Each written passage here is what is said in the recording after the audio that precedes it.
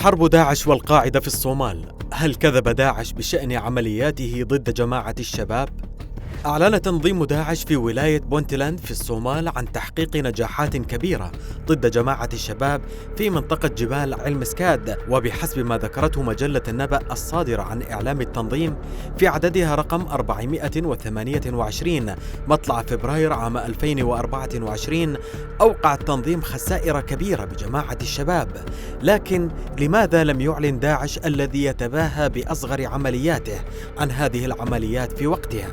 من خلال رصد إصدارات الأذرع الإعلامية لداعش عبر قنوات التنظيم في تليجرام، فإن عدم نشر التنظيم لهذه العمليات في موعدها يشكك في مصداقية هذه المعلومات، خاصة أنها غير مدعومة بأية أخبار في الصحف المحلية التي تغطي كل ما يتعلق بالإرهاب، أو يكون لها صدى صوت عند جماعة الشباب التي لم تعلن حتى هي الأخرى عن اشتباكات مع داعش منذ فترة طويلة.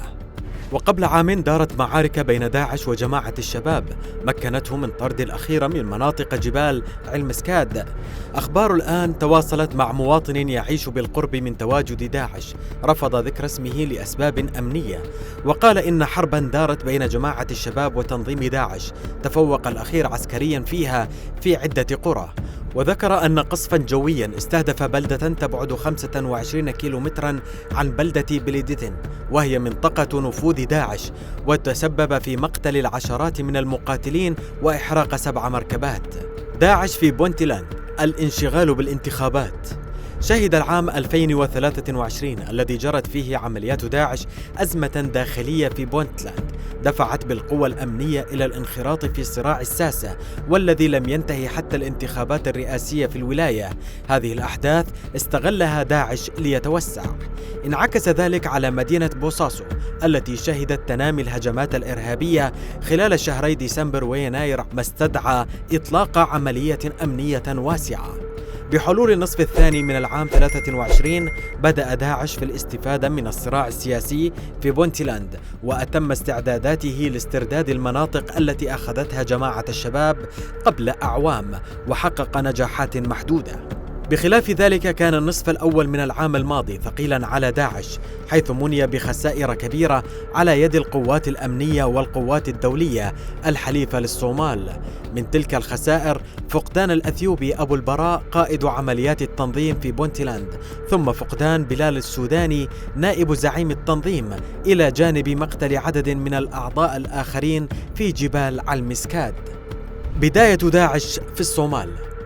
بدأ وجود داعش في الصومال بعد انشقاق أحد قادة جماعة الشباب، ويدعى عبد القادر مؤمن، وهو رجل دين معروف يحمل الجنسية البريطانية، وأقام لبعض الوقت في السويد، وعاد في عام 2010 إلى الصومال للقتال في صفوف جماعة الشباب. وبعد عامين أرسله أمير الجماعة السابق أحمد جوداني الشهير بمختار أبي الزبير إلى بونتلاند لتأسيس وجود للجماعة هناك. أخبار الآن تواصلت مع مدير إحدى المؤسسات البحثية الصومالية، والذي التقى بالعديد من سجناء داعش في السجون الحكومية، وقال إن التنظيم اعتمد في تجنيد الأفراد في البداية على الإغراء المالي، حيث استقطبهم عبر الإنترنت ومن داخل جماعة الشباب أيضا. وذكر أنه التقى بواحد من المجندين قال له إن التنظيم منحه أموالا وتذاكر طيران ليسافر من مقديشو إلى جبال علمسكاد لتلقي التدريب، ثم منحه أموالا كبيرة لشراء بيت وسيارة وكذلك الزواج، وطلب منه أن يستقر في مقديشو كخلية نائمة لحين إرسال تعليمات إليه.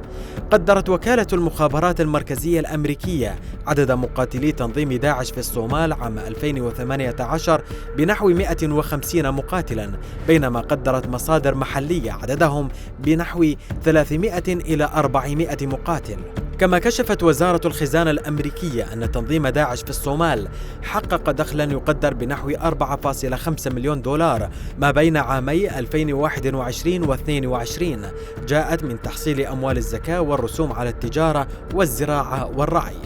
مستقبل التنظيم.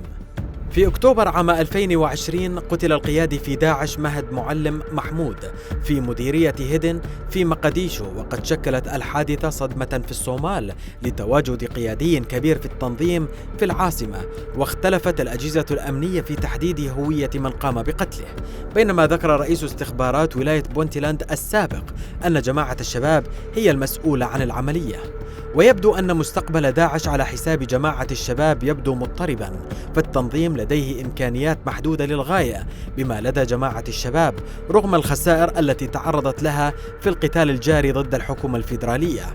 كما أن زعيم التنظيم عبد القادر مؤمن يعاني من مرض السكري المزمن، والذي تسبب في ضعف سيطرته، ما أدى إلى نشوب اشتباكات داخلية عام 2018 حول خلافته، وهو أمر شبيه بما يحدث داخل جماعة الشباب من تنافس بين معسكر الأمير أحمد ديري ومعسكر نائبه مهاد كراتي.